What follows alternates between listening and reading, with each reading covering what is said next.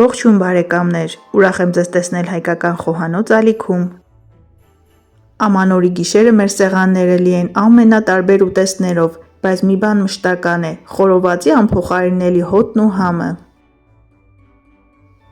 Ինչքան էլ ճաշատեսակները շատ լինեն, շատերը դեկտեմբերի 31-ի գիշերը պարտադիր պատրաստում են խորոված։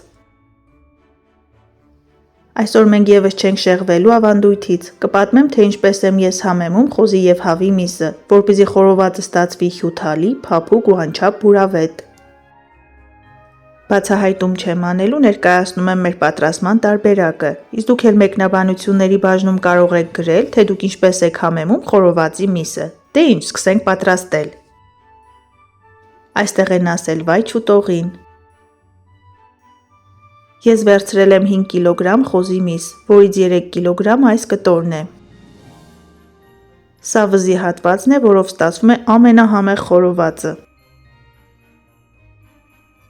Ահա տեսեք կտրվածքը՝ միս, ճարպիշերտ միս, որով եւ պայմանավորված ստացվում է փափուկ եւ հյութալի խորոված։ Շատ բան կախված է նաեւ խորովելուց, անկախ նրանից, թե ինչպես եք համեմել, ինչ միս եք վերցրել, կրակին երկար թողնելու արդյունքում հնարավոր է, որ խորովածը չոր ստացվի։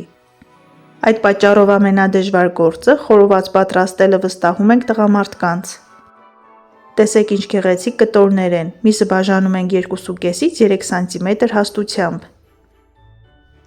1 կիլոգրամ միսը համեմելու համար վերցնում ենք 30 գրամ աղ, սա աղի իդեալական չափաբաժինն է։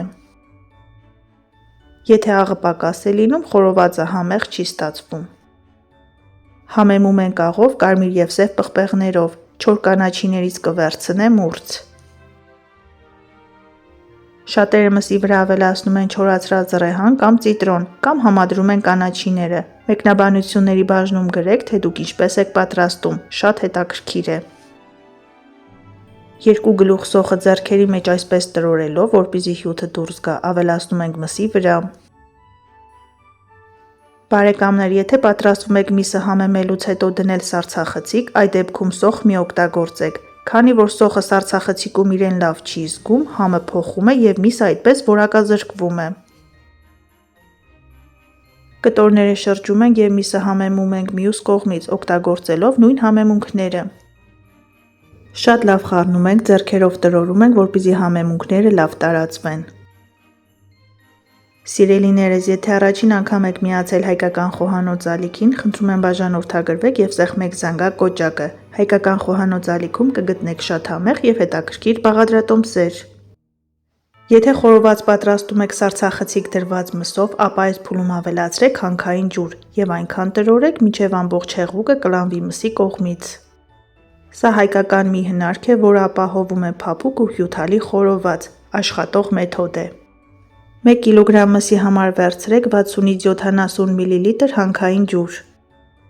Թողնում ենք միսը մարինացվի 2-ից 3 ժամ, կարող եք դնել սառնարան եւ պատրաստել հաջորդ օրը, շատ համեղ կլինի։ Իսկ հիմա համեմենք հավի միսը, ով փորձում է այս խորովածը, միշտ հարցնում է, թե ինչ համեմունքներ եմ օգտագործել, չափազանց համեղ է ստացվում։ Նախապես լվացել եմ հավի միսը եւ հեռացրել եմ կաշին։ 1 կիտրոնի կեղևը մանր քերիչով քերում ենք անմիջապես մսի վրա։ Սպիտակ մասը թողնում ենք, քանի որ այն դառնահամ է պարունակում։ Ավելացնում ենք աղ, սև եւ կարմիր պղպեղներ եւ իհարկե չորացրած ծիտրոն։ Ծիտրոնը երևի թե ստեղծվել է հավի միսը համեմելու համար, իդեալական համադրություն է։ Առաջ չոր կանաչի ենք ավելացնում եւ 2-ից 3 ճաշի գթալ բուսայուղ։ Բուսայուղը օգնում է, որպեսզի համեմունքները լավ տարածվեն եւ խորովելիս միսը ձեռք է բերում համաչափ, գեղեցիկ կարմիր երանգ։ Հավի մսի հետ ես սոխ չեմ օգտագործում, ավելացնում եմ 2-ից 3 ատամիկ սխտոր եւ 1 կիտրոնի հյութ։ Այս ամենը մի լավ խառնում ենք եւ թողնում ենք մարինացվի առնվազն 2-ից 3 ժամ։ Եթե միսը սառեցրած է, նախքան համեմելը կարող եք ազդրերը մի քանի տեղից դանակի օգնությամբ ծակծկել։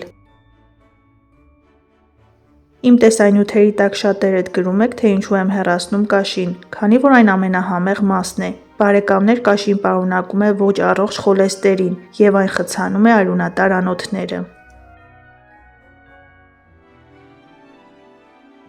Հենց այսպես չեք պատկերացնի ինչ անուշ է բուրում, հատկապես հավի միսը, սպասում ենք 2 ժամ և շարում ենք շամփուրների վրա։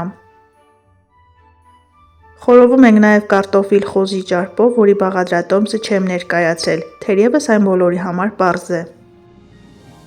Որպեսզի խորովածը հյութալի և փափուկ ստացվի, չենք սպասում, որ մի կողմը կարմրի, այնուհետև շրջենք, անընդհատ շրջում ենք մինչև պատրաստ լինելը։ Այսպես շամփուրները շրջելով հասնում ենք վերջին շամփուրին, սպասում ենք 1-2 րոպե, այնուհետև գործողությունը կրկնում ենք։